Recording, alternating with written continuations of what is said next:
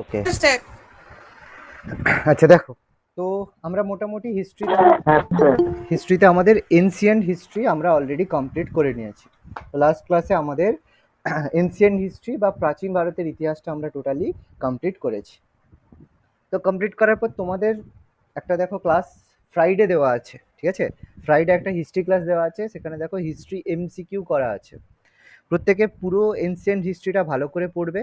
ওই দিন আমি ফ্রাইডে শুধু এমসিকিউ ডিসকাস করব অল ওভার এনসিয়েন্ট হিস্ট্রির উপরে, মানে যতটা পড়া হয়েছে টোটালটার উপরে কোশ্চেন অ্যান্সার থাকবে। ওকে, কোশ্চেনগুলো বেশিরভাগ আমি পুরোটাই ইংলিশ ভার্সনের এমসিকিউ থাকবে। তো প্রত্যেকে পুরোটা একটু ভালো করে পড়বে। আমি চাইছি তোমরা একটু ইংলিশ ভার্সনেও প্র্যাকটিস করো, সবসময় বাংলা ভার্সন নয়, মাঝে মাঝে ইংলিশ ভার্সনের এমসিকিউ তোমাদের একটু প্র্যাকটিস করার প্রয়োজন রয়েছে। তো প্রত্যেককেই স্যার বলবো, চোল চালক ওই প্রতিয়া রাষ্ট্রকূট ওটার নোটস মানে ওটার পিডিএফটা কি দিয়েছেন টেলিগ্রামে? ওটার পিডিএফ তোমাদের দেওয়া হয়নি, কারণ ওটা দেখো আলাদা করে পিডিএফ ওইভাবে নেই, আমি লিখিয়ে দিয়েছি ওটা।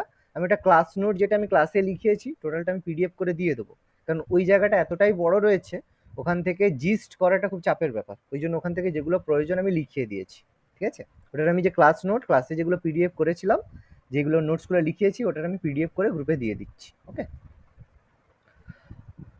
আচ্ছা, তো ওটা প্রত্যেকে পড়ে রাখবে। পরের দিন ফ্রাইডের ক্লাসে আমরা কিন্তু ওটার এমসিকিউ ডিসকাস করব। তো আজকে আমরা মিডিয়েভেল হিস্ট্রি বা মধ্যযুগের ভারতের ইতিহাস আজকে আমরা শুরু করছি।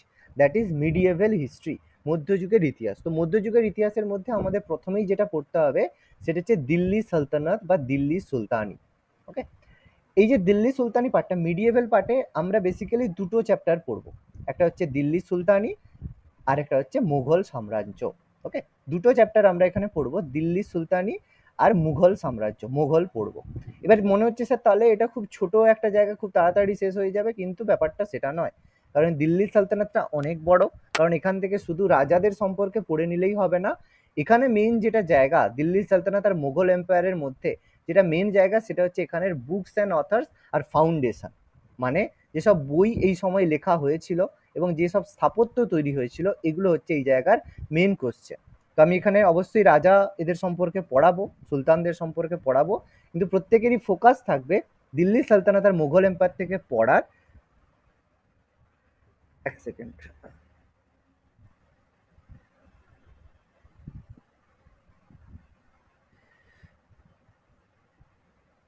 এক মিনিট হোল্ড করো একটু।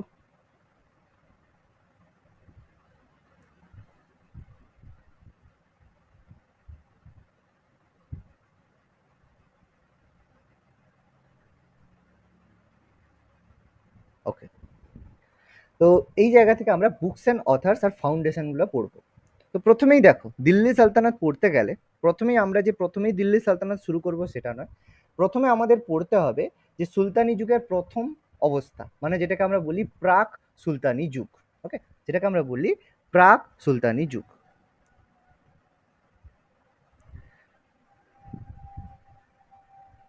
আচ্ছা, তো সেটা আমরা পড়বো প্রাক সুলতানি যুগ, মানে সুলতানি যুগের আগে কিভাবে মুসলিমরা ভারতে এলো, আসার পর কিভাবে তারা ভারতে ফাউন্ডেশন বা তাদের যে মুসলিম সাম্রাজ্য প্রতিষ্ঠা করলো, সেটা আমাদের এই প্রাক সুলতানি যুগের মধ্যে পড়তে হবে। তো এই প্রাক সুলতানি যুগ শুরুর আগে প্রথমেই কিছু ইনফরমেশন আমি তোমাদের অলরেডি আগে ডিসকাস করেছি, তো সেটা আমাকে একটু তোমাদেরকে বলতে হবে যে ভারত আক্রমণকারী প্রথম বিদেশি কে ছিল, বলো। প্রথম বিদেশি ভারত আক্রমণকারী মোহাম্মদ বিন কাসেম, তাই তো? একদম, এই দেখেছো কথা, কেউ যে ক্লাসে ভালো করে শুনবে কোশ্চেন সে ঠিক উত্তর দেবে, আর যে তাড়াহুড়ো করবে অ্যান্সার এরকমই ভুল হবে, বুঝতে পারলে? এই কারণেই বলছি যে কোশ্চেন শুনবে, আমি কি বলছি ভালো করে বুঝবে। আগে উত্তর দিলে কোনো ক্রেডিট নেই, ক্রেডিট সেটাই যে কারেক্ট অ্যান্সার দেবে। তো প্রথম বিদেশি ভারত আক্রমণকারী, যে প্রথম বিদেশি হিসেবে ভারত আক্রমণ করেছিল সে ছিল তৃতীয় দারায়ুস নয়, অ্যাকচুয়ালি প্রথম দারায়ুস, রাজা দারায়ুস। ওকে, দারায়ুস কোথাকার শাসক ছিল? ব্যাস, পারসিক বা ইরানের শাসক, পারসিক শাসক বলবে, দ্যাট ইজ কারেক্ট, কোনো সমস্যা নেই। তাহলে যদি বলে প্রথম বিদেশি ভারত আক্রমণকারী, দ্যাট ইজ দারায়ুস, পারসিক শাসক।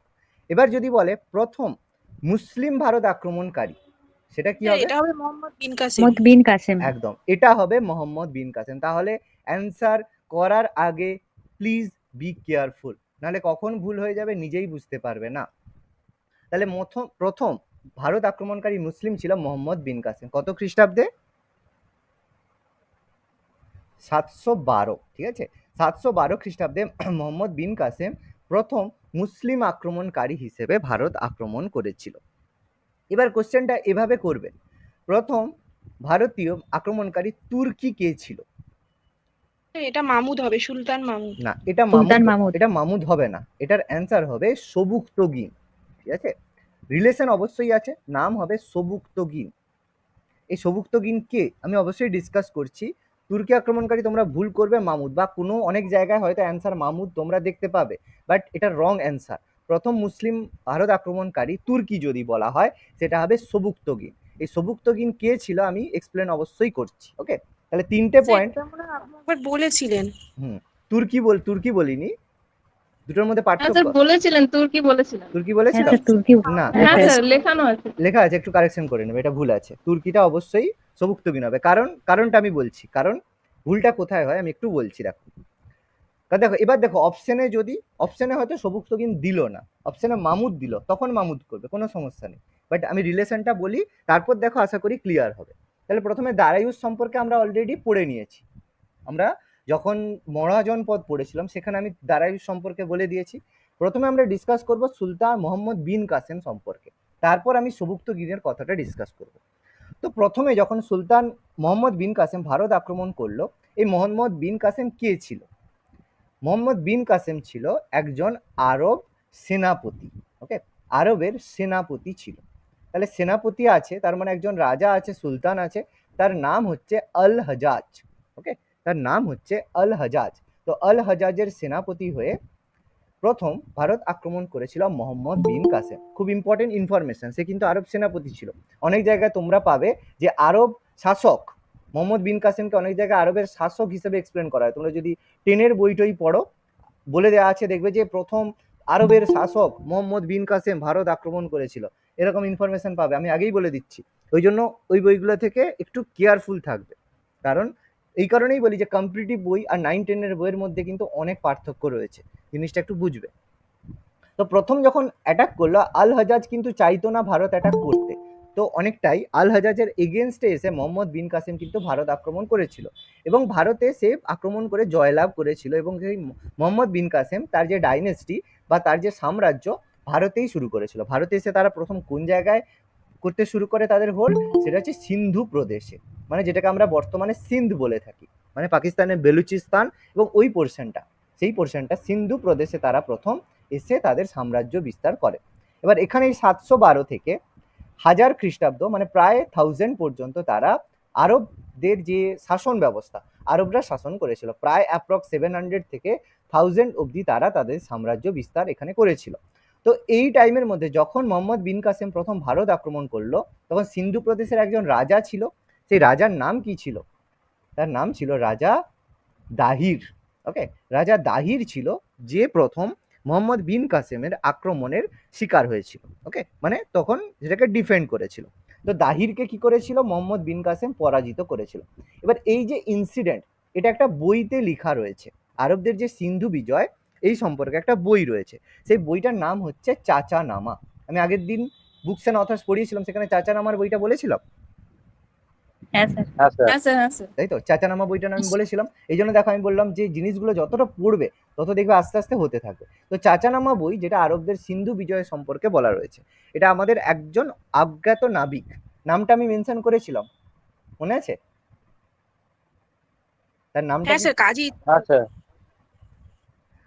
ওকে, তো আমি ওটা লিখে দিয়েছিলাম। তো চাচা নামা ছাড়া আরও একটা বই যেটা থেকে আমরা আরবদের সিন্ধু বিজয় সম্পর্কে জানতে পারি, সেটা লিখবে তারিখ ই সিন্ধু। সেটা হচ্ছে তারিখ ই সিন্ধু। এই দুটো বই থেকে আমরা আরবদের সিন্ধু বিজয় সম্পর্কে জানতে পারি, যে আরবরা যে সিন্ধু প্রদেশ আক্রমণ করেছিল, আক্রমণ করে এখানে যে তারা তাদের হোল্ড করেছিল বা সাম্রাজ্য স্থাপিত করেছিল, সেটা দুটো বই থেকে আমরা জানতে পারি। তো চাচা নামা বইটা একজন আরব পর্যটক, আরব নাবিকের লেখা বই, যেটা পরে আরবি ভাষায় অনুবাদ করেছিল আবু বকর কফি। এটাও আমি বলেছিলাম, তাই তো? আবু বকর কফি, আবু বকর কফি এটাকে ফার্সি আরবি ভাষায় অনুবাদ করে। সরি, এটা আরবি ভাষায় ছিল, এটাকে ফার্সি ভাষায় অনুবাদ করে ফার্সি ভাষা আবু বাকর কফি। আর এই তারিখ ই হিন্দ এই বইটার রাইটার হচ্ছে মীর মোহাম্মদ মাসুদ। মীর মোহাম্মদ মাসুদ তারিখ ই হিন্দ বইটা রচনা করে। দুটো বই থেকে আমরা আরবদের সিন্ধু বিজয় সম্পর্কে তথ্য পেয়ে থাকি। ওকে, আশা করি এতটা প্রত্যেকের ক্লিয়ার হয়েছে। তাহলে এটা দেখো, আমাদের এই মোহাম্মদ বিন কাসেম সম্পর্কে তথ্য আমাদের এতটা পড়লেই হবে। এবার আমি আসছি এই সবুক্তগিনের কনসেপ্টটা, ব্যাপারটা কি হলো। এবার একটা টাইম এলো, সেটা হচ্ছে 1998। কিন্তু কি লিখেছেন মীর মোহাম্মদ মামুদ? মাসুদ ময়াকার দন্তের সহসকার দ মাসুদ, মীর মোহাম্মদ মাসুদ, MASUD, মাসুদ, ঠিক আছে, মীর মোহাম্মদ মাসুদ।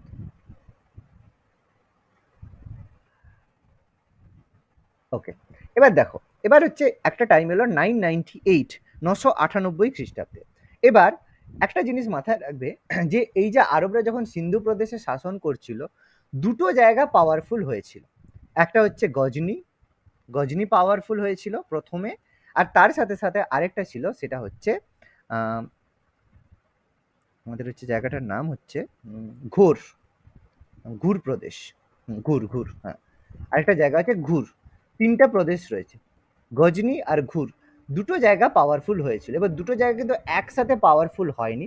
প্রথমে পাওয়ারফুল হয়েছিল গজনি, যখন গজনি উইক হলো তখন ঘুর প্রদেশ আমাদের পাওয়ারফুল হয়েছিল। এই গজনি থেকে যে রাজা, যে সুলতান পাওয়ারফুল হয়েছিল তার নাম হচ্ছে সুলতান মামুদ। আর ঘুর প্রদেশ থেকে যে পাওয়ারফুল হয়েছিল সেটা ছিল মোহাম্মদ ঘোরি। এই জন্য অনেকের মনে হতে পারে যে মামুদেরই বংশধর ছিল ঘোরি, এটা কিন্তু ভুল কনসেপ্ট। দুজনে কিন্তু দুটো আলাদা জায়গা থেকে, মানে একই জায়গা কিন্তু দুটো আলাদা আলাদা ট্রাইব বা আলাদা এরিয়া থেকে। এটা হচ্ছে সুলতান মামুদ গজনি থেকে বিলং করতো, আর ঘুর প্রদেশ থেকে মোহাম্মদ ঘোরি বিলং করতো। দুটো কিন্তু আলাদা জায়গা। তো এদের ফ্লারিশমেন্ট, এদের পাওয়ারফুল হলো গজনি, যেটা হচ্ছে 962 থেকে 1027, যেটা গজনির টাইম পিরিয়ড ছিল। আর ঘুর প্রদেশ তারপরে, মানে যেটা মোহাম্মদ ঘোরির টাইম পিরিয়ড ছিল, যেটা হচ্ছে 1173 থেকে 1206। এই দুটো টাইম আমাদের মাথায় রাখতে হবে। তো সুলতান মামুদের যে টাইম পিরিয়ডটা, সেটা প্রত্যেকে একটু নোট ডাউন করে রাখবে। সেটা কিন্তু 998 থেকে 1027 বা 1030। তো পার্টিকুলারলি দরকার নেই, মোটামুটি একটা এস্টিমেটেড টাইম তোমরা করবে যে এই টাইমের মধ্যে মামুদের পাওয়ারটা বেশি ছিল। এবার দেখো, যে জিনিসটা আমি প্রথমে ডিসকাস করছি, যে সবুক্তগিনের ব্যাপারটা, এটা কি হয়েছিল। তো এই 962-তে গজনিতে একটা ডাইনাস্টি তৈরি হয়েছিল, সেটা ছিল গজনভি ডাইনাস্টি, সেটা ছিল গজনভি বংশ বা গজনভি ডাইনাস্টি। তার ফাউন্ডারের নাম ছিল আলপ্তগিন। সেই আলপ্তগিনের ছেলে, তার যে ছেলে ছিল তার নাম ছিল সবুক্তগিন। আলপ্তগিনের ছেলে ছিল সবুক্তগিন। এই সবুক্তগিন প্রথম তুর্কি যিনি ভারত অ্যাটাক করেছিলেন। ওকে, এই সবুক্তগিনের ছেলে ছিল সুলতান মামুদ। কিন্তু সবুক্তগিনের যে অ্যাটাক এতটা বেশি মানে আমাদের কাছে পরিচিত ছিল না, এই কারণে সবুক্তগিন আমরা কিন্তু অনেকেই এর নামটা পড়িনি বা আমাদের হিস্ট্রি অনেকটা মেনশন করেনি। কিন্তু মামুদের অ্যাটাকটা সম্পর্কে আমরা প্রত্যেকেই পরিচিত, সেই জন্য আমরা প্রথম তুর্কি আক্রমণকারী হিসেবে মামুদের নামটাই মেনশন করে থাকি, সবুক্তগিনের কথা বলি না। এবার বোঝাতে পারছি? অ্যান্সার প্রত্যেকে পেলে? ক্ল্যারিটি পেলে কি জিনিসে? হ্যাঁ স্যার। ওকে, জিনিসটা একটু মাথায় রাখবে। এবার দেখো, তো এদের ডাইনেস্টি ছিল, সেটা হচ্ছে প্রত্যেকে আলপ্তগিনকে সরিয়ে সিংহাসনে বসলো সবুক্তগিন। তো সবুক্তগিনকে সরিয়ে তারপরে মামুদ। এবার এর ছেলে ছিল, কিন্তু তার পিতাকে হত্যা করে সিংহাসনে বসেছিল। তো এতে নিশ্চয়ই সমস্যা হওয়ার কিছুই না, বাবাকে ছেলে এসে বসেছে। কিন্তু সমস্যাটা হচ্ছে এটা, এই সুলতান মামুদ কিন্তু আবার গজনভি ডাইনেস্টি নয়। সুলতান মামুদের ডাইনেস্টি কিন্তু আবার গজনভি নয়। সে কিন্তু সিংহাসনে বসে যে ডাইনেস্টিটা তৈরি করলো সেটার নাম কিন্তু ইয়ামনি বংশ, ইয়ামনি ডাইনেস্টি।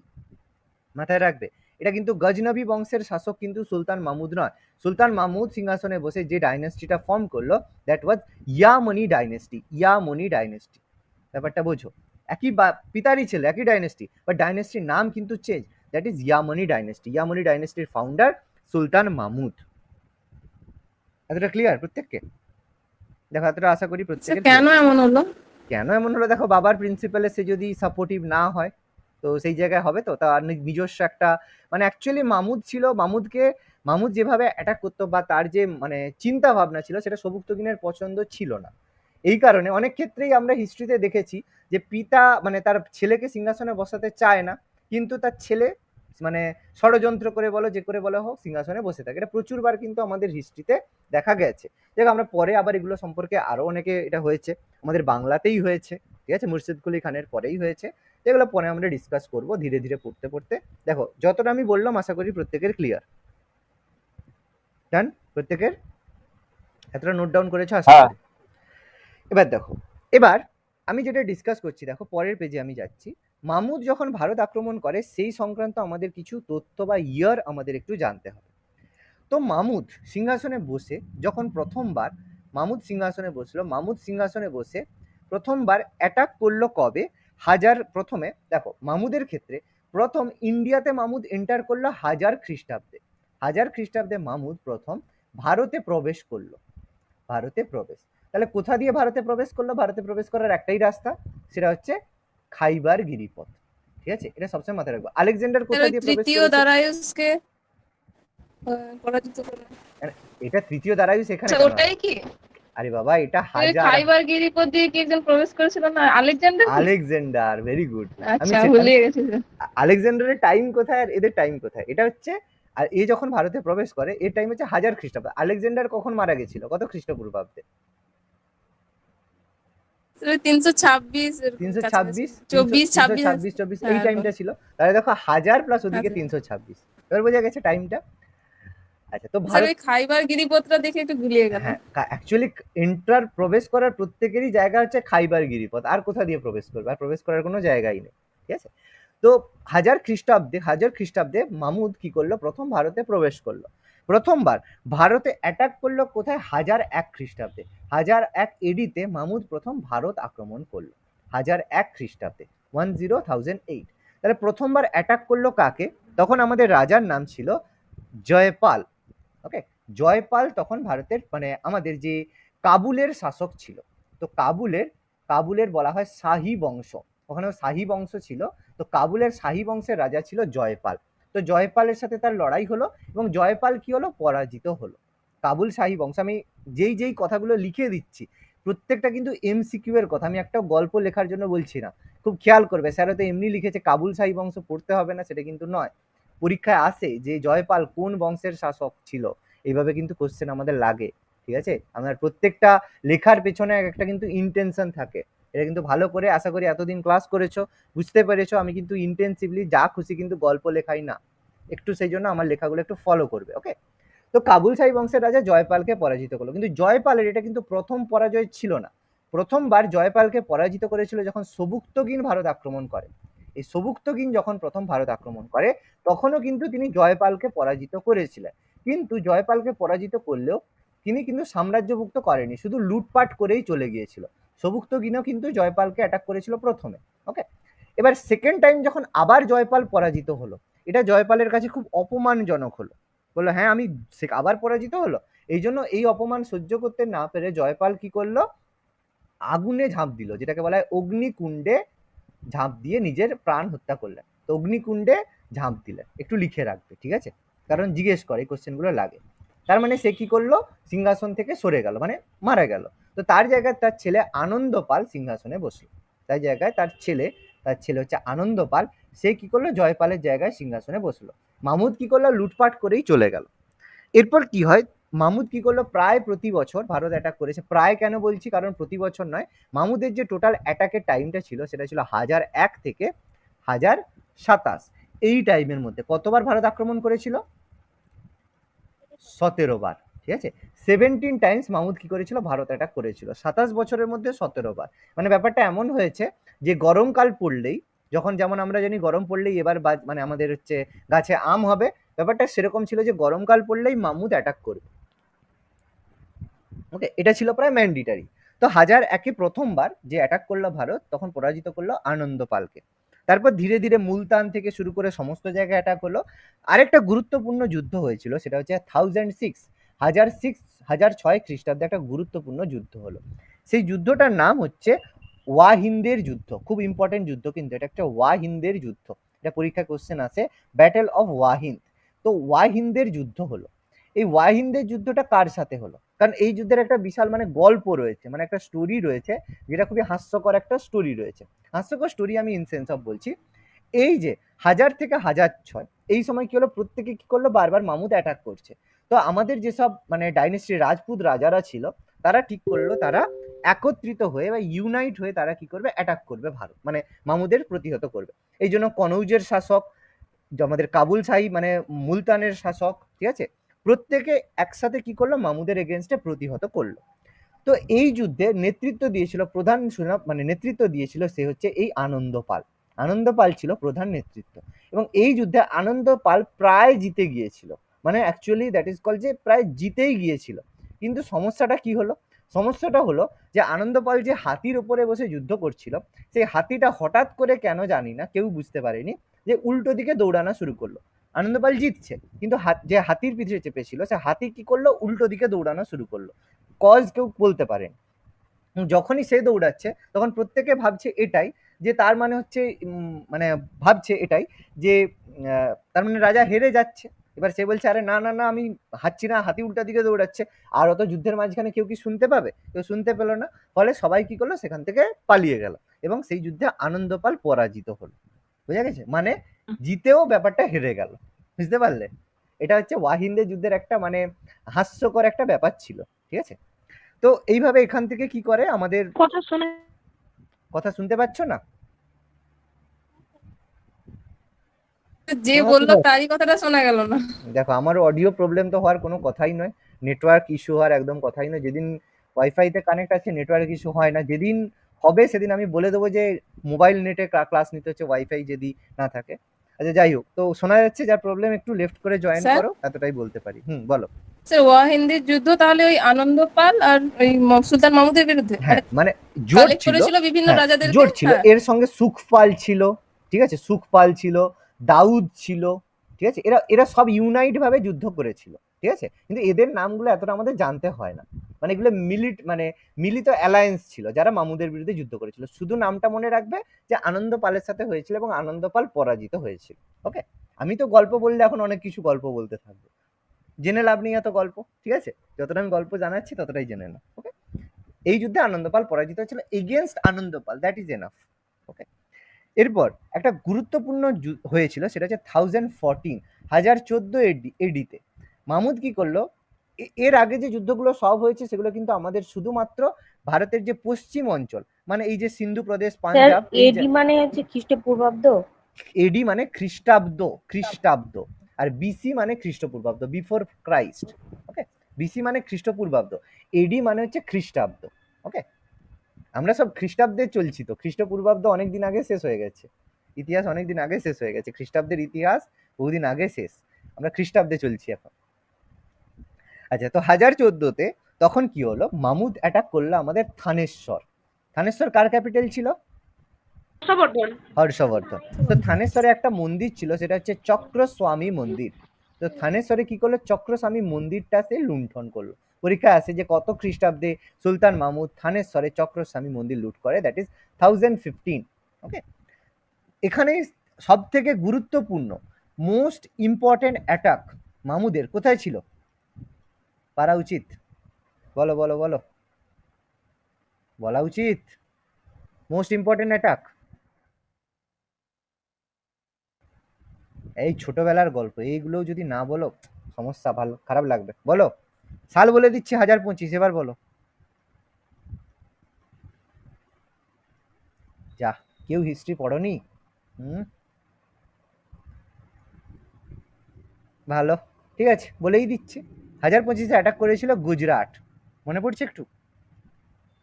গুজরাটের সোমনাথ টেম্পল, সোমনাথ মন্দির লুট করেছিল।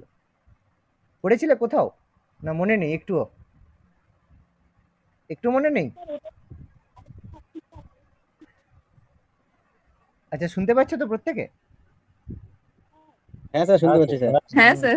কিন্তু দেখো এগুলো বলতে হবে না। দেখো যেগুলো তোমাদের জানা উচিত, ফেমাস যেগুলো, সেগুলো একটু বলতে হবে, না হলে দেখো কিছু নয়। দেখো আমি তো সেই পড়িয়ে দেবো, বাট একটু তোমাদের কিন্তু একটু জানতে হবে এগুলো আগে থেকে। ওকে, স্যার বলো। বলছি স্যার ওটা তো বইয়ে 1026 পড়েছিলাম, আপনি 25 বললেন। এই দেখো দেখো একটা জিনিস দেখো, যখন লড়াই হয় বা কেউ আসে, একটা বছরে কি পার্টিকুলারলি হয়? টাইম পিরিয়ডটা এরকম হয় 1025 থেকে 1026, 1014 থেকে 1015, 1006 থেকে 1007। বুঝতে পারছো ব্যাপারটা? হুম। ঠিক আছে, তো এটা নিয়ে মাথা ঘামানোর কোনো দরকার নেই। বাট যদি এক্সাক্ট সাল যদি পড়ে তাহলে 1025ই করবে, এটা অ্যাপ্রোপ্রিয়েট, কারণ স্টার্টিং যেটা সেটাই আমাদের জানতে চাই। ঠিক আছে, 1025ই করবে, 1026 করবে না। ওকে, কারণ 1026-এর অ্যাটাকটা অন্য ছিল, স্টার্টিংটা পরের বছরের টাইমটা। আচ্ছা, তাহলে এখানে গুজরাটের সোমনাথ টেম্পল লুট করেছিল 1025, এটা হচ্ছে সব থেকে ইম্পর্টেন্ট অ্যাটাক ছিল তার। তারপরে 1026-এর অ্যাটাকটা ছিল, যেটা হচ্ছে তিনি করেছিল, যেটা তার লাস্ট অ্যাটাক ছিল। 1026 থেকে 1027 এটা ছিল লাস্ট অ্যাটাক। এবার বলবে স্যার তাহলে 1027, এই যে বলছেন টাইম পিরিয়ডটা 1027, অ্যাটাকটা অ্যাকচুয়ালি ছিল 1026-এ, শেষ হয়েছিল 1027-এ। বোঝা গেছে? 1026-এর অ্যাটাকটা ছিল তার শেষ অ্যাটাক। এই অ্যাটাকটা কোথায় ছিল? তার অ্যাটাকটা করেছিল যেটা আমাদের সিন্ধু প্রদেশের জাটদের এগেনস্টে, সিন্ধুদের জাট বুঝি, জাটদের বিরুদ্ধে। ওকে, দেখো এতটা অবধি আশা করি প্রত্যেকের নোট ডাউন হয়েছে, ঝটপট লিখে নাও। হয়েছে?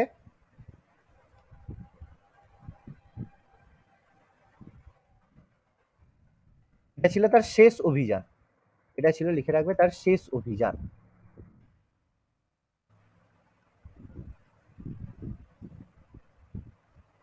ডান প্রত্যেকের?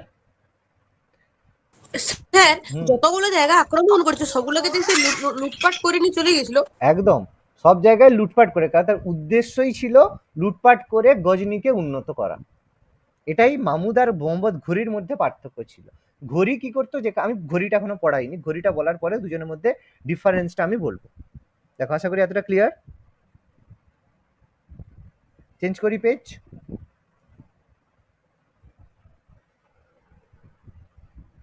চেঞ্জ করি, হয়েছে? হ্যাঁ স্যার। ওকে, এবার মামুদ যে ভারত অ্যাটাক করেছিল, সে কিন্তু তার সঙ্গে 3জন লোককে নিয়ে এসেছিল। ঠিক আছে, 3জন সাহিত্যিক বলো, ঐতিহাসিক 3জনকে নিয়ে এসেছিল। তারা কে কে ছিল বলো তো? একজন ছিল অল বিরুনি, আরেকজন কে ছিল? আরেকজন ছিল ফিরদৌসি, আরেকজন কে ছিল? আরেকজন নাম ছিল উথবি। ওকে, নামগুলো জানতে হবে বাবু, এগুলো জানতে হবে, সমস্যা হয়ে যাবে, কারণ এদের হচ্ছে লেখা বইগুলো আমাদের আসল কথা। অলবিরুনি ছিল তার সভা পণ্ডিত, ফিরদৌসি ছিল তার সভা কবি, আর উদ্বি ছিল তার সভা ঐতিহাসিক। ঠিক আছে, বুঝতে পারলে পড়ার লেভেলটা কতটা পড়তে হবে? মিডিয়েভেল খুব সহজ আর খুব বড় বাঁশের জায়গা, বুঝলে? এই কারণে মিডিয়েভেল পড়তে খুব ভালো লাগবে, স্যার এত সুন্দর লড়াই হচ্ছে, এত সুন্দর হচ্ছে। মডার্ন পড়তে খুব বিরক্ত লাগবে, এত সাল কি করে মনে রাখবো। এখানে সালের কোনো ব্যাপার নেই, খুব রেয়ার সাল আছে মিডিয়েভেলে, খুব রেয়ার সাল, খুব কম সাল, কিন্তু এই যে ইনফরমেশন। স্যার এই লাস্টের নামটা কি লিখলেন? উদ্বি, হস্য খণ্ডিত বয়সে উদ্বি। অলবিরুনির লেখা বই তো এই 3জন ঐতিহাসিকদের কি করেছিলেন ভারতে এনেছিলেন? ভারতে এনেছিল কি? মামুদ তো আর যা কাজ করেছে সেগুলো তো সে লিখে রাখবে না, বলছে তোরা চল আমার সঙ্গে যাবি, সেখানে ভালো খাবার দাবার খাওয়াবো আর ভালো পয়সা দেবো, আমি যা করে আসছি সেগুলো লিখবি, ভালো কথাই লিখবি, খারাপ কথা লিখবি না। ঠিক আছে, তো সবা অলবিরুনির লেখা বই যেটা হচ্ছে কিতাব উল হিন্দ, ওই নাম হচ্ছে কিতাব উল হিন্দ, যেটাকে আমরা তহকিক ই হিন্দ নামে পরিচিত, একই বই, কিতাব উল হিন্দ বা তহকিক ই হিন্দ। এটা হচ্ছে তাদের লেখা বই, একটাই বই। ঠিক আছে, কিতাবুল হিন্দ বা তহকিক ই হিন্দ, এটা হচ্ছে ভারত বিষয়ক গ্রন্থ ছিল। ফিরদৌসির লেখা বইয়ের নাম ছিল শাহনামা। এই যে বললাম বুকস শুরু হয়ে গেছে, ঠিক আছে, প্রত্যেক জায়গাতেই বুকস এন্ড অথর শুরু হয়ে গেছে, এই জায়গাগুলো আসল জায়গা, শাহনামা। আর উদ্বির লেখা এটা কি সভা ঐতিহাসিক? সভা কবি, সভা পণ্ডিত, সভা ঐতিহাসিক। আর ফিরদৌসির লেখা বই ফিরদৌসি হলো উদ্বিল লেখা বই।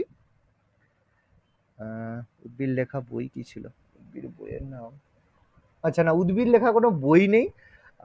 এক সেকেন্ড দাঁড়া, না ছিল, উদ্বিল লেখা বই ছিল তারিখ ই ইয়ামিনী। তারিখ ই ইয়ামিনী। ওকে, উদ্বিল লেখা বই ছিল তারিখ ই ইয়ামিনী। দেখো ঝটপট একটু ফার্স্ট লিখবে প্রত্যেকে, ঠিক আছে? একটু তাড়াতাড়ি লিখবে, লেখাটা একটু হাতের লেখা ফার্স্ট করো প্রত্যেকে। কিতাবুল হিন্দ বা তহকিকি হিন্দ সেম বুক। অলবিরুনির লেখা, ফিরদৌসির লেখা শাহনামা, আর উদ্বিল লেখা বই হচ্ছে তারিখি ইয়ামিনী। এই তিনটে বই লেখা হয়েছিল, ঠিক আছে? এবার এই বইতে এই মামুদ সবার কাছে পরিচিত ছিল একটা বিশেষ নাম, সেটা হচ্ছে বুৎসিকান। বুৎসিকান নামে পরিচিত ছিল মামুদ। এই বুৎসিকান কথার অর্থ হচ্ছে, কে বলতে পারবে? বুৎসিকান কথার অর্থ হচ্ছে, বলো। মূর্তি ধ্বংসকারী। যে বললে একটু আস্তে শোনা যাচ্ছে, একটু জোরে বলবে, ঠিক আছে? মূর্তি ধ্বংসকারী, বুৎসিকান। তাহলে এই যে বুৎসিকান মানে মামুদ কি করতো, ভারতে যখন অ্যাটাক করতো, প্রচুর যে হিন্দু মন্দির অ্যাটাক করতো এবং সেই হিন্দু মন্দিরে যে মূর্তি হতো সেগুলোকে ডিস্ট্রয় করতো। সেই জন্য সুলতান মামুদকে বলা হতো বুৎসিকান। এটা তার এপিথেট ছিল, ঠিক আছে? যে নামে তিনি পরিচিত ছিল, এটা ছিল তার এপিথেট। বুৎসিকান নামে তিনি পরিচিত ছিলেন। এবার এই সুলতান মামুদের যে ভারত আক্রমণ, সেটাকে বলা হতো যে জিহাদ, ঠিক আছে? যেটাকে বলা হতো জিহাদ। জিহাদ কথার অর্থ হচ্ছে পবিত্র যুদ্ধ। তার মানে সে যে ভারত অ্যাটাক করতো সেটা ছিল পবিত্র ব্যাপার, পবিত্র কাজ আর কি, মানে ভালো কাজ ছিল, তো কোনো অসুবিধা নেই। যে ভারত অ্যাটাক করতো, লুটপাট করতো, সেগুলো ছিল পবিত্র। এই জিহাদ কথাটাকে, মানে অ্যাকচুয়ালি জিহাদ কথার অর্থ হচ্ছে পবিত্র যুদ্ধ, যেটাকে হচ্ছে টেররিস্ট বলো, মুসলিমরা হচ্ছে টেররিস্ট যারা থাকে তারা এটাকে বিভিন্নভাবে ম্যানিপুলেট করে তৈরি করে টেররিস্ট, ঠিক আছে? যাই হোক, এগুলো আমরা পাকিস্তানের জিনিসগুলো, ব্যাপারগুলো জানি যে বিভিন্ন জেহাদ করছে, তো যাই হোক সেই ব্যাপারগুলো আছে। তো এই জেহাদ কথার অ্যাকচুয়াল অর্থ হচ্ছে পবিত্র যুদ্ধ। এটাকে ভারত আক্রমণকে পবিত্র যুদ্ধ হিসাবে বলেছেন, সেটা হচ্ছে উদ্বি, ঠিক আছে? মেনশন করেছেন কে? উদ্বি বলেছেন মামুদের ভারত আক্রমণকে জিহাদ বা পবিত্র যুদ্ধ। ওকে, আশা করি এতটা প্রত্যেকে নোট ডাউন করেছো। ক্লিয়ার?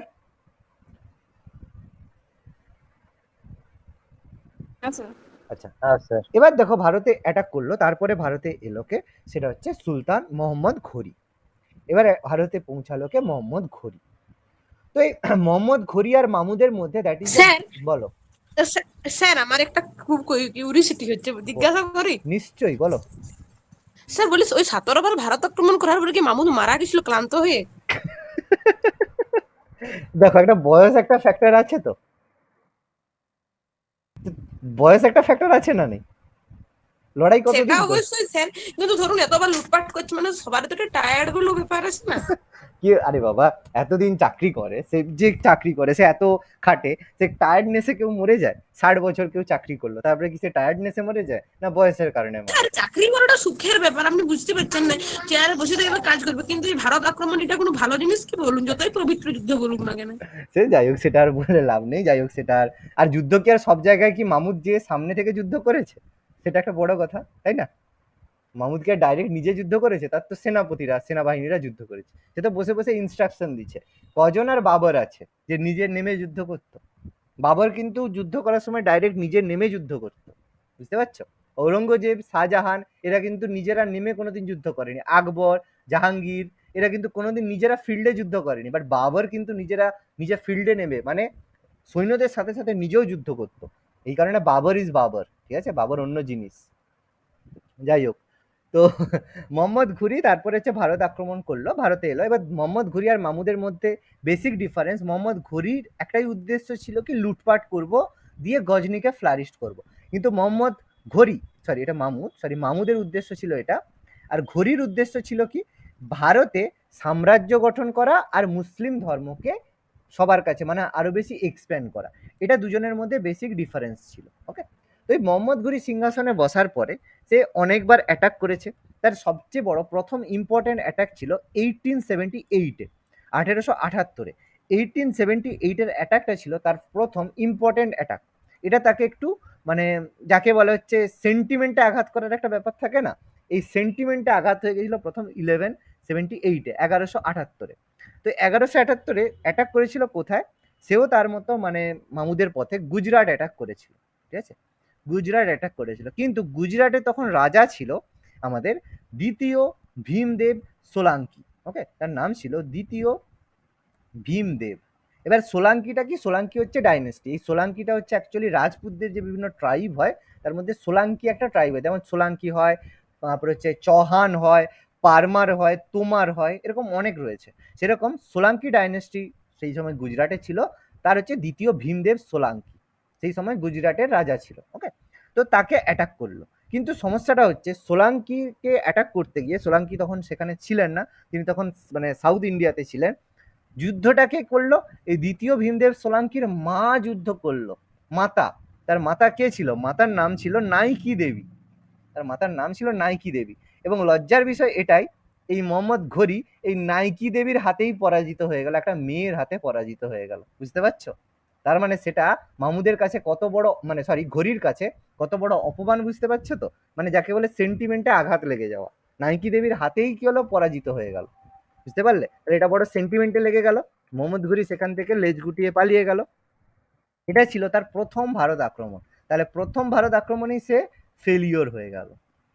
মামুদ মানে হচ্ছে ঘড়ি প্রথম ভারত আক্রমণেই কিন্তু ফেলিওর হয়ে গেল, যেটা তার মনে একটা বড় যাকে বলে দাগ কেটে রয়ে গেল, যে প্রথমবার ভারত আক্রমণ ফেলিওর। গজনিতে তার হচ্ছে মানে ঘুর প্রদেশ গজনিতে তার হচ্ছে মুখ পুড়লো, যাকে বলে মুখ পুরা।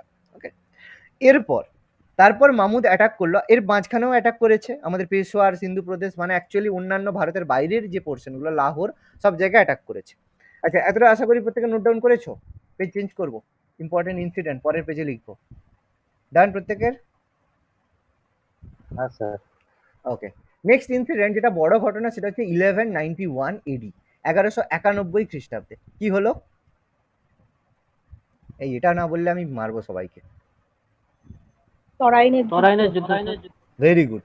প্রথমবার এখানে হলো প্রথম তরাইনের যুদ্ধ, ফার্স্ট ব্যাটেল অফ তরাইন। প্রথম তরাইনের যুদ্ধ হলো। তাহলে এই প্রথম তরাইনের যুদ্ধে মোহাম্মদ ঘড়ির সঙ্গে, মোহাম্মদ ঘড়ি তার সঙ্গে যুদ্ধ হলো কার? পৃথ্বীরাজ চৌহান। এবং মনে রাখবে এটা কিন্তু থার্ড পৃথ্বীরাজ চৌহান, তৃতীয় পৃথ্বীরাজ চৌহান। এর আগে কিন্তু প্রথম আর দ্বিতীয় পৃথ্বীরাজ চৌহান রয়েছে, এটা ছিল তৃতীয় পৃথ্বীরাজ চৌহান, যিনি আমাদের কাছে পরিচিত পৃথ্বীরাজ চৌহান নামে। ওকে, তো তৃতীয় পৃথ্বীরাজ চৌহানের সাথে প্রথমবার ফার্স্ট ব্যাটেল অফ তরাইন, তরাইনের প্রথম যুদ্ধটা হলো, এবং এই যুদ্ধে যথারীতি ঘড়ি কি হলো? পরাজিত হলো। ঠিক আছে, পরাজিত হলো মোহাম্মদ ঘড়ি। কিন্তু সেখানে পৃথ্বীরাজ চৌহান কি করলো? নিজের একটু বীরত্ব দেখাতে বললো, যে তোমাকে আমি ক্ষমা করছি, মাফ করছি। ঠিক আছে, তো সুন্দর কথা, মাফ করলো। তো মাফ করার ফলটা সে ভালো মতো হাতে নাতেই পেলো। কিভাবে পেলো? পরের বছর। পরের বছর কবে হলো? 1192, 1192 খ্রিস্টাব্দে। সেটা কি হলো? তরাইনের দ্বিতীয় যুদ্ধ, সেকেন্ড ব্যাটেল অফ তরাইন হলো। সে তরাইনের যুদ্ধে কি হলো? মোহাম্মদ ঘুরি কি করলো? জয়লাভ করলো। অবশ্যই। তাহলে একটু বেশি মানে বীরত্ব দেখিয়ে কি লাভ আছে? বীরত্ব দেখিয়ে যে কোনো লাভ নেই, আরেকবার প্রমাণিত হয়ে গেল ঘড়ি জয়লাভ করে। এবং ঘড়ি এই যে দ্বিতীয় তরাইনের যুদ্ধে জয়লাভ করেছিল, এটা কিন্তু কোনো বীরত্বের সাথে যুদ্ধ করেনি, দ্যাট ওয়াজ দ্য, যাকে বলে বিশ্বাসঘাতকতার কারণে দ্বিতীয় তরাইনের যুদ্ধে জয়লাভ করেছিল। ঠিক আছে, এবং সেখানে একজন খুব ভদ্র ভালো লোক ছিল যে বিশ্বাসঘাতকতা করেছিল, তার নাম ছিল কি? পারবে? কে বিশ্বাসঘাতকতার কারণে সেকেন্ড ব্যাটল অফ তরাইনে পরাজিত হয়? তার নাম ছিল রাজা জয়চন্দ। ঠিক আছে, রাজা জয়চন্দ। এই জয়চন্দ কোথাকার শাসক ছিল? জয়চন্দ ছিল কনৌজের শাসক। কনৌজ, কনৌজ তো জানি আমাদের যে, বলো কি যুদ্ধ হয়েছিল? ত্রিশক্তি সংঘর্ষ। ত্রিশক্তি সংঘর্ষ। তো ত্রিশক্তি সংঘর্ষে এই যে কনৌজ ছিল, মানে জয়চাঁদ ছিল খুব ভালো লোক, তার বিশ্বাসঘাতকতার কারণে আমাদের মানে পুরোপুরি বললো যে মোহাম্মদ ঘুরিকে হেল্প করলো, যে তুমি যাও অ্যাটাক করো, এই দুর্গের এই এই জায়গাগুলো উইকনেস আছে, এখান দিয়ে যাও, এরকম করলে তুমি পরাজিত মানে পৃথ্বীরাজ চৌহানকে হারাতে পারবে। তো সুন্দর মানে যাকে বলে বিশ্বাসঘাতকতার কারণে পৃথ্বীরাজ চৌহান কি হলো? পরাজিত হলো, এবং তাকে ক্যাপচার করে গজনিতে নিয়ে যাওয়া হলো। এবং তারপরের যা ইতিহাস তো তোমরা কম বেশি জানো, না জানলে একটু গুগল করে নেবে। যাই হোক, সেগুলো ভালো ব্যাপার, খুব সুন্দর ব্যাপার রয়েছে। তো একটা ব্যাপার থাকে, কেউ যদি কাউকে বিশ্বাসঘাতকতা করে মানে কাউকে বসাতে সাহায্য করে, তো তার সাথে নিশ্চয়ই ভালো কোনোদিন কিছু হয় না, চালাকি তারা মহৎ কাজ হয় না, এটা সবসময় আমি বলে থাকি এবং তোমরাও নিজেরাও জানো। এবং সেটাই প্রুভ করলো জয়চাঁদ, কারণ পরের বছরই, ঠিক আছে, 2 বছর পরে 1194, 1194-এ মোহাম্মদ ঘুরি আবার ভারত অ্যাটাক করলো, ঠিক আছে? ভারত অ্যাটাক করে কি করলো, জয়চাঁদকেই পরাজিত করলো। অবভিয়াসলি তো জয় করবে, মানে থাকে তো, জয়চাঁদকে পরাজিত করলো এবং জয়চাঁদকে পরাজিত করে আমাদের হচ্ছে যুদ্ধটা ছিল চাঁদ ওয়ারের যুদ্ধ। লিখে রেখে দাও, চাঁদ ওয়ারের যুদ্ধ। তো একা দন্তে নয় তো, চাঁদ ওয়ার, টাইটেল অফ চাঁদওয়ার, চাঁদওয়ার যুদ্ধ। সেই যুদ্ধে জয়চাঁদকে পরাজিত করলো। ভালো কথা, পরাজিত করে লুটপাট করলো। বাকি বাকি ব্যাপারগুলো ইতিহাস, বুঝতেই পারছো আর কি কি হতে পারে। তো ওই জন্য কাউকে বাঁশ দিতে গেলে ভেবে রাখবে বাঁশটা নিজের কাছে ঘুরে আসবে। তো এটা হলো আমাদের ব্যাপার। তারপর কি হলো, আর তার কাছে কোনো রকমের মানে যাকে বলে বাধা সেটা থাকলো না। মোহাম্মদ ঘুরির 3টে বড় বড় স্লেভ ছিল, মানে 3জন পাওয়ারফুল স্লেভ ছিল। তার মধ্যে একজন ছিল বাহাউদ্দিন তুঘরিল, একজনের নাম ছিল বাহাউদ্দিন তুঘরিল, আরেকজন ছিল কুতুবুদ্দিন আইবক, আরেকজনের নাম ছিল কুতুবুদ্দিন আইবক। স্যার এটা কি বললেন, আরেকবার রিপিট করুন না। বলছি। আরেকজনের নাম ছিল বখতিয়ার খুলজি, বখতিয়ার খুলজি। এরা 3জন কে ছিল? এরা 3জন ছিল মোহাম্মদ ঘুরির স্লেভ। স্লেভ মানে যাকে বলে দাস, এরা ছিল স্লেভ, দাস ছিল। 3জন কে কে ছিল? বাহাউদ্দিন তুঘরিল, কুতুবুদ্দিন আইবক আর বখতিয়ার খুলজি। দে আর দ্য স্লেভ অফ আমাদের মোহাম্মদ ঘুরি। এরা ছিল ঘুরির স্লেভ বা দাস। এই দাসগুলোকে কি করতো, মোহাম্মদ ঘুরি খুব ইন্টেলিজেন্ট লোক ছিল। সে দেখতো যেখানে যেখানে পরাজিত করলো সেই জায়গাগুলো সে একজন করে দাসকে নিযুক্ত করে চলে গিয়েছিল, যে তুই এটা দেখবি, তোকে একটু তোর করে দায়িত্ব দিয়ে গেল। তো সে বাহাউদ্দিন তুঘরিল, এই তুঘরিলকে তিনি নিযুক্ত করে গিয়েছিলেন, সেটা হচ্ছে বিয়ানা প্রদেশ। প্রদেশটা হচ্ছে বিয়ানা। বিয়ানা বলতে কোন জায়গা? বিয়ানা বলতে আমাদের যে মানে আমাদের যেই গুজরাট মানে এই পাঞ্জাব, হরিয়ানা, কাশ্মীর এই এরিয়াটা সেই সময় বিয়ানা প্রদেশ নামে পরিচিত ছিল, মানে নর্থ ইস্টের এই প্রভিন্সটা তাকে দিয়েছিল। ওকে, কুতুবুদ্দিন আইবক তাকে দিয়েছিল কোন জায়গাটা ছিল? গুজরাট, যে তুই গুজরাটটা দেখবি। কুতুবুদ্দিন আইবক গুজরাট এলো, গুজরাটে এসে তুগলিক না তুগলক? আইবক, তুগলক কেন আসছে? কুতুবুদ্দিন আইবক, কুতুবুদ্দিন আইবক। আর বখতিয়ার খলজিকে কোথায় দিল? এটা তো প্রত্যেকে জানি, বলো। বখতিয়ার খলজি আগের দিনের পড়ানো, কেউ একটা রিভিশন করেনি। দিল্লি। আচ্ছা, দিল্লি, হ্যাঁ। আগের দিন পড়লাম বখতিয়ার খলজি সেন বংশকে, লক্ষণ সেনকে পরাজিত করলো, পড়িনি আগের দিন? হ্যাঁ, পড়েছি না পড়িনি? পড়েছি তো। আরে হ্যাঁ কি না বলো? হ্যাঁ, তাহলে কে পড়বে এগুলো? কে পড়বে? পুরানো পড়াগুলো যদি না পড়ো, সিলেবাস এগিয়ে লাভ হবে? দেখো তুমি নিজেরাই বলো, আজকে যদি আমি সিন্ধু সভ্যতার 5টা কোশ্চেন জিজ্ঞেস করি, বলতে পারবে? হুঁচুট খেয়ে এক্ষুনি ধপাস করে পড়ে যাবে। লাভ হচ্ছে একদিকে পড়ে একদিকে ভুলে? কোনো লাভ হবে না। রিভিশন করো, যে রিভিশন করবে সে অ্যান্সার করতে পারবে। এবার স্যার পরীক্ষার আগে পড়ে নেবো, ও ছাতার মাথা হবে, পরীক্ষার আগে পড়া ছাতার মাথা হবে, সব ভুলে কাঁচকলা হয়ে যাবে। কাকে কার জায়গায় বসাবে নিজেরাই বুঝতে পেরে যাবে। এরকম নয় মাধ্যমিক পরীক্ষা নয় আগের দিন রাত্রে পড়ে নেবো চলে গেল। এখানে কম্পিটিটিভ পড়তে আসছো, এখানে প্রত্যেক দিন তোমাকে আপডেট হতে হবে। সব পড়াগুলো যখন তখন রিভিশন করতে হবে, যখন তখন এমসিকিউ প্র্যাকটিস করতে হবে, যখন তখন ক্লাসগুলো দেখতে হবে, যখন তখন বইগুলো রিভিশন করতে হবে। যে যত কাজই করো, বারবার বলছি, ঠিক আছে? আচ্ছা,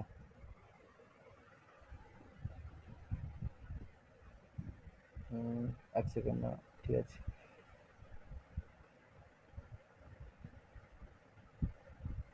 আচ্ছা ঠিক আছে। তো ওকে, তো এই 3জনকে 3টে প্রভিন্সের দায়িত্ব দিল। তো এরপর কি হলো, এরা সেই জায়গাগুলোর রাজত্ব মানে ডিক্লেয়ার হয়ে থাকলো। এবার 1206-তে কি হলো, কুতুবুদ্দিন আইবক মানে মোহাম্মদ ঘুরি কি হলো, মারা গেল। কবে মারা গেল? 2006-এ কি হলো, মোহাম্মদ ঘুরির মৃত্যু হলো। তাহলে মোহাম্মদ ঘুরির যখন মৃত্যু হবে, তাহলে তার যে স্লেভ বা দাসরা রয়েছে তারা কি করবে, নিজেদের মধ্যে কে রাজা হবে, কে মোহাম্মদ ঘুরির জায়গা নিবে, সেটা নিয়ে প্রত্যেকের মধ্যে একটা রিভল্ট দেখা দিবে। এবং সেই রিভল্টে জয়লাভ করলো কে? সে হচ্ছে কুতুবুদ্দিন আইবক জয়লাভ করলো। কুতুবুদ্দিন আইবক গুজরাট ছিল, কমিউনিকেশন তার কাছে সব থেকে ভালো ছিল। সে খবর পেয়ে খুব তাড়াতাড়ি গিয়ে দিল্লিটাকে দখল করে নিল, মানে দিল্লি লাহোর যে প্রভিন্সটা ছিল, মানে মোহাম্মদ ঘুরির যে হোল্ড সেটাকে সে দখল করে নিল। এবং কুতুবুদ্দিন আইবক ফাউন্ডেশন করলো কি, দাস বংশের প্রতিষ্ঠা করলো। ওকে, দেখো এতটা অবধি আশা করি প্রত্যেকে বুঝতে পেরেছো, নোট ডাউন করেছো? স্যার কুতুবুদ্দিন আইবক জিতে যায়, তারপরে একটু বলুন, লিখতে পারলাম না। ডেথ মৃত্যু হয়। কুতুবুদ্দিন আইবক জিতে যায় বলতে তারপরে ফাউন্ডেশন করলো দাস বংশ। আমি এটাই আজকে বলবো, এর পরের পেজে আমি এটাই বলবো। এখানে শুধু লিখে দাও যে এই দাসদের মধ্যে লড়াইতে এর পরের প্রতিনিধি যে দাস বংশ বা স্লেভ ডাইনেস্টি তৈরি করলো, মানে যেটা আমাদের অরিজিনাল দিল্লি সালতানাতের ফাউন্ডেশন কুতুবুদ্দিন আইবক করলো সেখান থেকে। ওকে, তাহলে মোহাম্মদ ঘুরির ডেথ হলো কবে? 1206। স্যার ওই কুতুবুদ্দিন আইবক কি বললেন আরেকবার বলুন না, উনি কি মোহাম্মদ ঘুরিকে পরাজিত স্যার ওই দিল্লিটার ব্যাপারটা শুনতে পেলাম না। আচ্ছা ঠিক আছে, বাদ দাও, আমি পরের পেজে ডিসকাস করছি। নামগুলো লিখে নিয়েছো? মোহাম্মদ ঘুরির ডেথ হলো 1206। হ্যাঁ, হ্যাঁ। এতটা লিখেছো তো? এতটা ক্লিয়ার? এতটা প্রত্যেকের ক্লিয়ার? পেজ চেঞ্জ করছি, তাহলে পরের পেজে আমি যাচ্ছি। হ্যাঁ স্যার। হ্যাঁ স্যার। আচ্ছা ওটা ছেড়ে দাও, ওটা আমি আবার বলবো, ওটা অনেকবার ডিসকাস হবে। কি আবার এতদিন পর? আচ্ছা ঠিক আছে। তো এবার দেখো মোহাম্মদ ঘুরির যে ডেথ হলো 1206। এবার এখানে যেটা আমাদের পড়তে হবে, অবশ্যই এখানের কি ঐতিহাসিক উপাদানগুলো পড়তে হবে। মানে মামুদের যেরকম বুকস ছিল সেরকম হচ্ছে ঘড়ির এখানেও কিছু বুকস পড়তে হবে, যেগুলো এই সম্পর্কে তথ্য দিয়ে থাকে। মানে বুঝতে পারছো তো, বুকস অ্যান্ড অথার্সের সব থেকে বড় কোশ্চেনের জায়গা দিল্লি সালতানাত। ওকে, দিল্লি সালতানাত আর মোগল এম্পায়ার। তো এখানের বুকসের মধ্যে প্রথম বইটা পড়বে তাবাকাত ই নাসিরি। তাবাকাত ই নাসিরি, প্রথম বই হচ্ছে তাবাকাত ই নাসিরি। ঠিক আছে, আরেকটা বই, আমি আগে বইগুলো লিখছি তারপরে আমি তাদের রাইটারগুলো সম্পর্কে বলছি। তারপরে বই লিখবে তাজ উল মাসির, একটু করে পাশে জায়গা রাখবে, তাজ উল মাসির। আচ্ছা, তারপরে একটা বই লিখবে তারিখ ই ফেরিস্তা। তারিখ ই ফেরিস্তা, তারিখ ই ফেরিস্তা, তারিখ ই ফেরিস্তা। তারপরে লিখবে পৃথ্বীরাজ রস, পৃথ্বীরাজ রস। এই চারটা বই এই সময়ের ইম্পর্টেন্ট।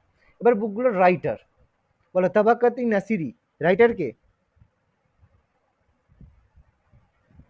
মিনহাজ উদ্দিন সিরাজ। কারো হিস্ট্রি ছিল না এখানে? ছিল কারো? আচ্ছা, যে থাকবে সে বলবে না, এখন লজ্জায় বলবে না। তাজুল মাসির, তাজুল মাসিরের রাইটার হাসান উল নিজামি, হাসান উল নিজামি। তারিখ ই ফেরিস্তা রাইটার হচ্ছে মোহাম্মদ কাসেম ফেরিস্তা। আর পৃথ্বীরাজ রস রাইটার কে?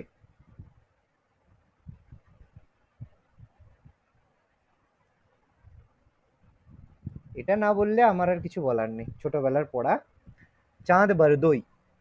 এটা বলা উচিত ছিল, বাকিগুলো না হয় ছেড়ে দিলাম, বাট এটা বলা উচিত ছিল।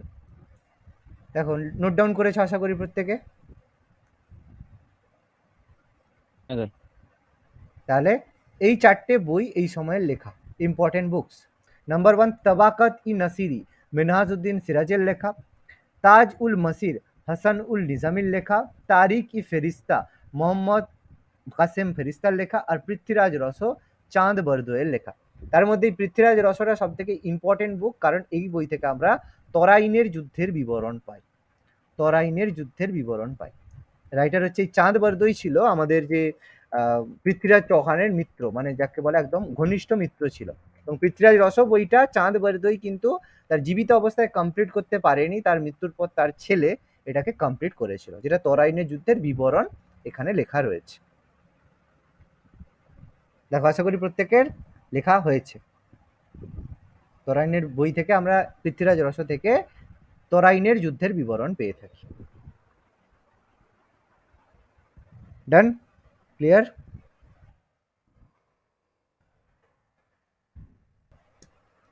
হ্যাঁ স্যার। ওকে, দেখো এবার আমি যে কথাটা বললাম, যে কথাটা আগের যেটা বলার পরে শুনতে পাওনি, সেই কথাটাই বলছি। ওই যে তিনজন স্লেভ ছিল, বাহাউদ্দিন তুঘরিল, কুতুবুদ্দিন আইবক, বখতিয়ার খলজি। মোহাম্মদ ঘুরির মৃত্যুর পরে কি করলো, এদের মধ্যে তিনজন দাসের মধ্যে একজনই তো হেড হবে, একজনই সেরা হবে, সেটা হচ্ছে কুতুবুদ্দিন আইবক। তাহলে কুতুবুদ্দিন আইবক কি করলো, মোহাম্মদ ঘুরির মৃত্যুর পরে 1206 খ্রিস্টাব্দে 1206 1206 খ্রিস্টাব্দে ভারতে এস্টাবলিশ করলো দাস বংশ বা স্লেভ ডাইনেস্টি। এবং এই স্লেভ ডাইনেস্টি ছিল আমাদের দিল্লি সুলতানির প্রথম বংশ।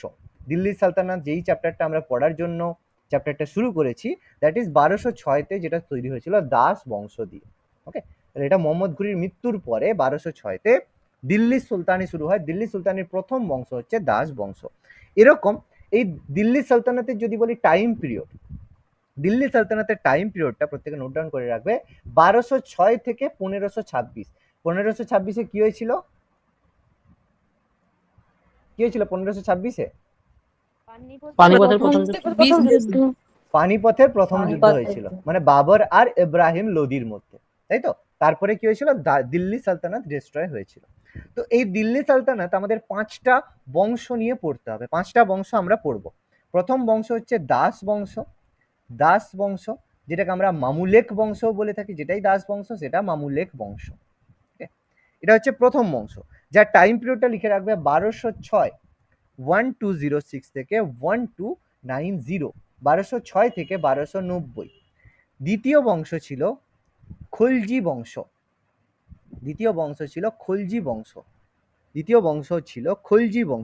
খলজি বংশের টাইম পিরিয়ডটা লিখবে 1290 থেকে 1320, 1290 থেকে 1320 খ্রিস্টাব্দ। ঠিক আছে, এরপর 3 নম্বর ডাইনেস্টি ছিল তুগলক বংশ। 3 নম্বর বংশ ছিল তুগলক বংশ। সালটা কত? বা 1320 থেকে 1413। তারপর ছিল আমাদের সৈয়দ বংশ। সৈয়দ বংশের টাইম পিরিয়ডটা কত হবে? 1414 থেকে, বলবে স্যার 1413-তে তো শেষ হলো না, 1414 করবে, কারণ গল্প আছে, গল্প আমি বলবো। 1414 থেকে 1451। আর লাস্ট বংশ কি? লোদি বংশ। লোদি বংশের টাইম পিরিয়ডটা 1451 থেকে 1526। এবার ঝটপট একটু অঙ্ক ক্লাস করে নাও তো। সব থেকে বেশি দিন কে রাজত্ব করে গেছে কোন বংশ, আর সবচেয়ে কম দিন কোন বংশ রাজত্ব করে গেছে? ঝটপট অঙ্ক ক্যালকুলেট করে বলো, কোনটা আগেরটা থেকে পরেরটা মাইনাস করে বলো। আমি করব না, এটা তোমাদের কাজ, বলো।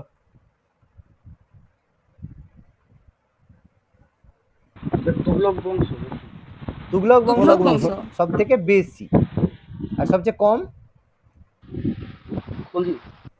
কম খলজি বংশ, তাই তো? এটা যেন ভুলে না যায়। মনে হতে পারে সৈয়দ বংশ কম, কিন্তু সৈয়দ বংশ কম নয়, সবচেয়ে কম কিন্তু খলজি বংশ। ওকে, মাথায় রাখবে প্রত্যেকে, মোস্ট ইম্পর্টেন্ট, এটা পরীক্ষা আমাদের কোশ্চেন এসে থাকে।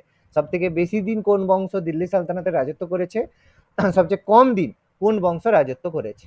আশা করি প্রত্যেকে বুঝতে পেরেছি। এতটা আশা করি প্রত্যেকে নোট ডাউন করা কমপ্লিট। ওকে, কমপ্লিট প্রত্যেকের?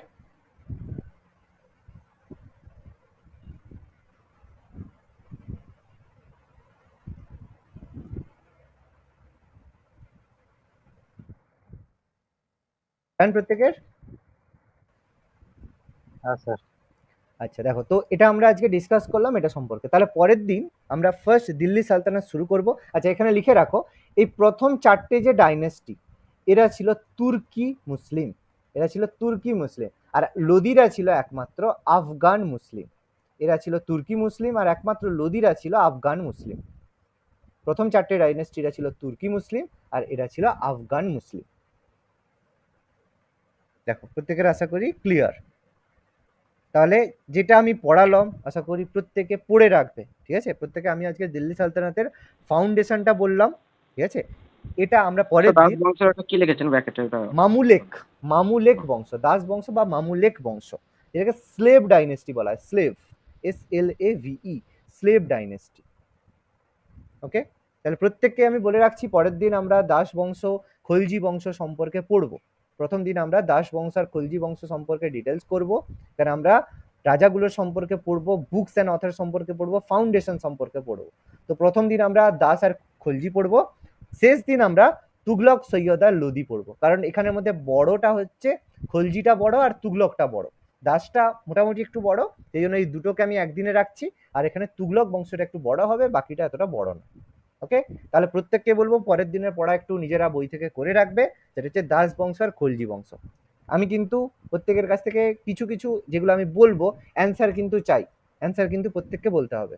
রেসপন্স করতে পারবে তো ক্লাসে? করে রাখতে পারবে তো বই দেখে? হ্যাঁ স্যার।